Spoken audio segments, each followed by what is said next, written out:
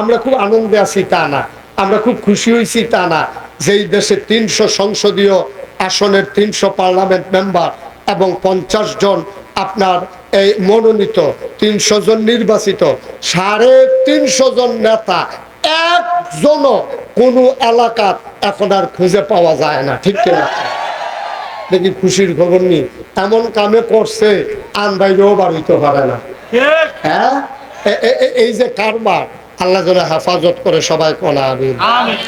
নবীজি এই জন্য বলেছিলেন যে কুল্লুকুম রাইন ওয়া কুল্লুকুম মাসউলুন আন রায়াতিহি। আমার উম্মতেরা, এই পৃথিবীর মানুষেরা শুনো, তোমরা সবাই রাখাল। রাখাল, তোমাদের রাখালির ব্যাপারে সবাইকে জবাবদিহিতা করতে হবে একজনের কাছে। তিনি কে? আল্লাহ। কথা কইেন, তিনি কে? আল্লাহ। আল্লাহর কাছে জবাবদিহিতার মন মানসিকতা যদি থাকতো, আমরা যদি বিশ্বাস করতাম, তাইলে আমরা যেমনে মনে ধরে এমনি টাকা বানাইতে পারতাম না, ঠিক কিনা? আমরা চিন্তা করতাম, আল্লাহ যদি ডাক দিয়া জিগায় কিবারে 5 বছর আগে তুই দি হুটকি দিয়া ভাত খাইতে পারছ, তা অহন দি 50 জাতের তরকারি দিয়া বইস, টেহা পাইলি কো? এই কথা জিগাইলে যে জবাব আল্লাহর কাছে দিতে হবে, এই চিন্তা আমাদের অন্তরে যদি থাকতো, তাহলে যেমনি চেমনে টাকা কামাই করার মন মানসিকতা থাকতো না, ঠিক কিনা বলা? মনে করছে কোনো মতে যদি ফারুইলাম যায়, তারপরে যেই দেওয়া হইব, এর লাগা নবী যে ডর দেখাই গেছে, কুল্লুকুম রাইন, তোমরা সবাই রাখাল, তোমরা সবাই নেতা, তোমাদের সবার একটা দায়িত্ব আছে, যার যার জায়গায় শেষে নেতা।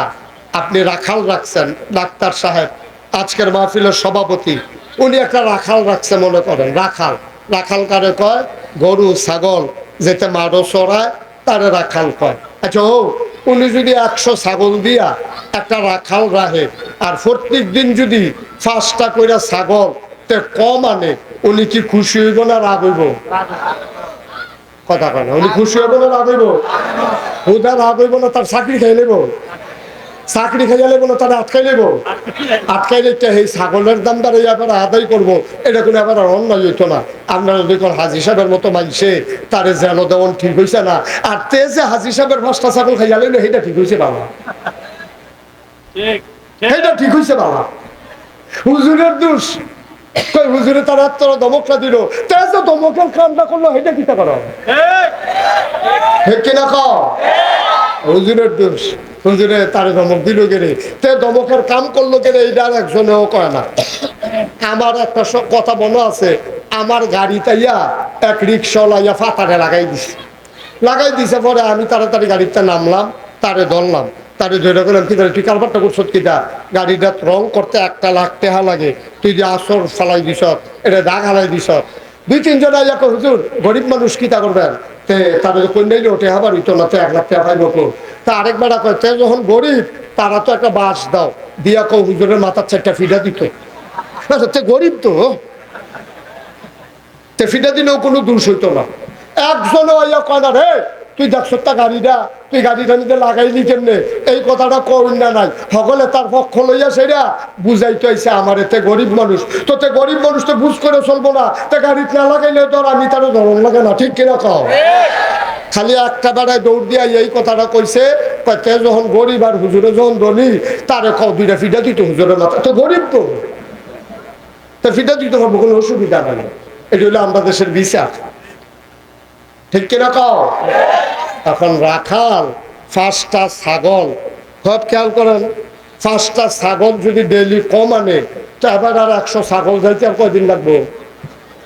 তাহলে রাখালের একটা জবাবদিহিতা আছে, প্রতিদিন ছাগল গুলাই 100টা জমা দিতে হবে, নাইলে তে ডেলি 5টা লয়ে গেলে গা, তার উপকার করবো কিটা? তার বেতন পাইব তো কয়টা? এবারের ছাগলের দাম 10,000 টাকা, তারে সারা মাসে দিব 10,000, তো একদিন এবার ক্ষতি করে লাগছে 50,000, তো লাভ হইব কি? মন দিয়ে শুনো রে ভাই, আল্লাহর নবী এই জন্য সুন্দর করে বলে দিলেন, তোমরা সবাই দায়িত্বশীল, সব জায়গায় সবাই দায়িত্বশীল। এই দায়িত্বের কারণে সবাই জবাব দিতে হবে একজনের কাছে, তিনি আর কেউ না, তিনি আমার আল্লাহ। বলো সুবহানাল্লাহ। এই আল্লাহ আছেন নাকি নাই? ছিলেন নাকি ছিলেন না? থাকবেন নাকি থাকবেন না? আমার এই আল্লাহ কয়জন? জোরে কোন? আর জোরে পরিশুরে সবাই মিলে মন প্রাণ উজাড় করে গলা ছেড়ে দিয়ে মধুমাখা কণ্ঠে আকাশ বাতাস প্রকম্পিত করে পৌরসূচিত কণ্ঠে ভিংলা বাড়ির জমিন কাঁপিয়ে দিয়ে রাতের নিস্তব্ধতা ছিন্ন ভিন্ন করে চলো সবাই মিলে চিৎকার করে আমার আল্লাহর একটা ডাক দে, আল্লাহ। ও প্রাণের আল্লাহ, খুঁজে খুঁজে দেখলাম সব কিছুর মতো পাইলাম, তুমি আল্লাহর মতো পাইলাম না। আমার এই আল্লাহ আছেন নাকি নাই? নিজেই নিজের পরিচয় তুলে ধরেছেন। তিনি বলেন, তিনি লাম ইয়ালিদ ওয়ালাম ইউলাদ ওয়ালাম ইয়াকুল্লাহু কুফুয়ান আহাদ। তিনি কারো থেকে জন্ম নেন নাই, কাউকে জন্ম দেন নাই। ও বন্ধু, দুনিয়ায় পীরের মতো পীর হয়, নেতার মতো নেতা হয়, ডাক্তারের মতো ডাক্তার হয়, ইঞ্জিনিয়ারের মতো ইঞ্জিনিয়ার হয়, মন্ত্রীর মতো মন্ত্রী হয়, এমপির মতো এমপি হয়। আমার আল্লাহর কি মতো হয়? আমার আল্লাহর কি নমুনা হয়? আমার আল্লাহর কি ডুপ্লিকেট হয়? আমার এই আল্লাহ কয়জন? ওয়ালাম ইয়াকুল্লাহু কুফুয়ান আহাদ। তার মতো নাই, তার লয় নাই, তার ক্ষয় নাই, তার শুরু নাই, তার শেষ নাই, তার আদি নাই, তার অন্ত নাই, তার দিগন্ত নাই, তার ডেস্ট্রয় নাই। তিনি ছিলেন, তিনি আছেন, তিনি থাকবেন, তিনি কয়জন? চলো সবাই মিলে জানিয়ে দেই, লা ইলাহা লা ইলাহা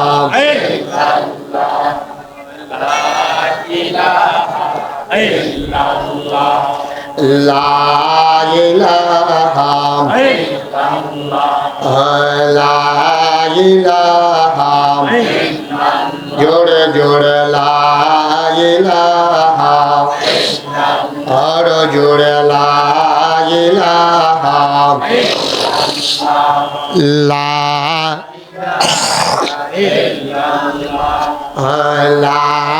ইলাহা মধুর সুরে লা ইলাহা মাশাআল্লাহ লা ইলাহা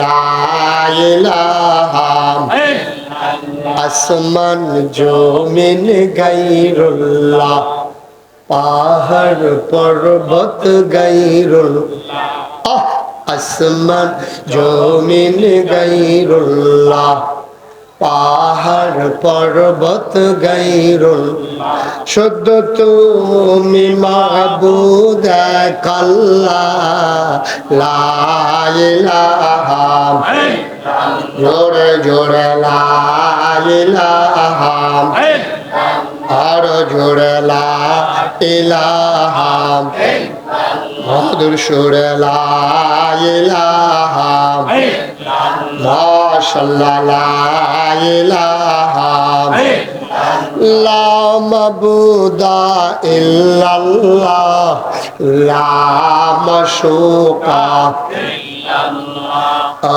লা মাওজুদা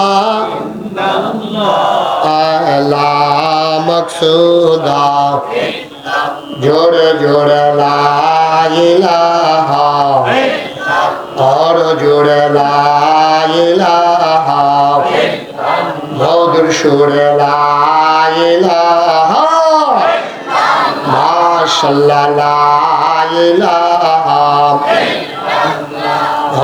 লা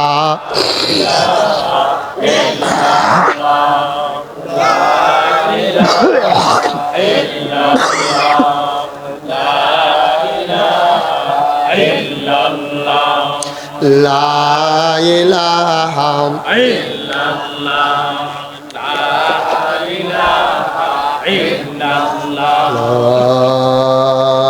ইলাহা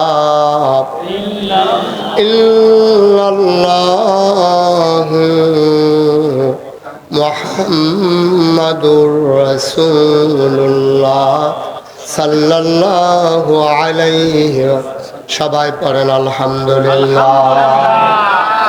বন্ধুরা আমার, ভাইরা আমার, তাইলে জবাবদিহিতা করতে হবে কার কাছে?